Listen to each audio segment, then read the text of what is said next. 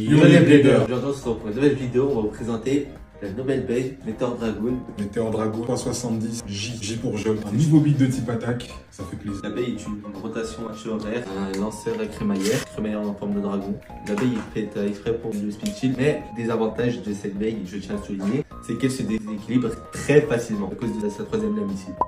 Troisième lame qui est du coup plus grosse que les deux premières. La build est excellente, le problème c'est vraiment déséquilibre, mais on a trouvé de quoi à peu près régler ce problème. Meteor Dragoon 960 Hexa, c'est le combo qu'on utilisera pour la tester face à Wizard Rod 160 Hexa. Et donc c'est parti pour ce combat de Meteor Dragoon face à Wizard Rod. Voilà, petits assauts par-ci par-là, un gros X-Dash, et on voit grâce à sa troisième lame plus grosse que les autres, Meteor Dragoon qui sort Wizard Rod, sauf que Wizard Rod avec son 160 ressort, et donc c'est un spin finish. Le test continue tranquillement, on voit Meteor Dragoon donner de gros assauts à Wizard Rod grâce à sa troisième lame qui arrive à l'envoyer très fort contre la paroi. Wizard Rod esquive un peu, sauf que gros choc, Wizard Rod prend la X-Line mais s'écrase dans la overzone. Allez, encore un petit combat. Là, on voit que les toupies se lancent de très gros assauts, ça part un peu dans tous les sens. Wizard Rod prend 3 fois la X-Line, et donc là, encore quelques assauts.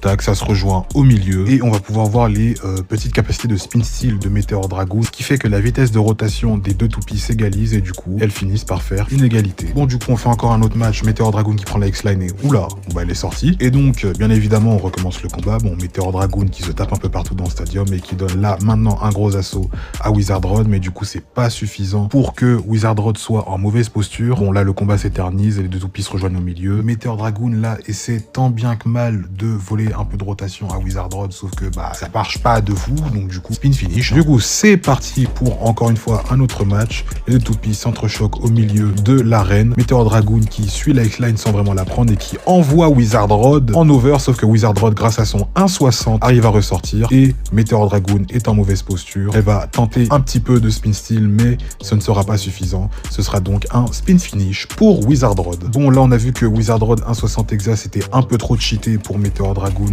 960 Hexa. Du coup on a décidé de lui faire affronter Wizard Rod 360 Freeball. Et gros assaut, et oh là là, le extreme finish avec un beau X-Dash tout de même. Bon voilà, deuxième round, Meteor Dragoon lance des assauts et over finish. Bougez pas, bougez.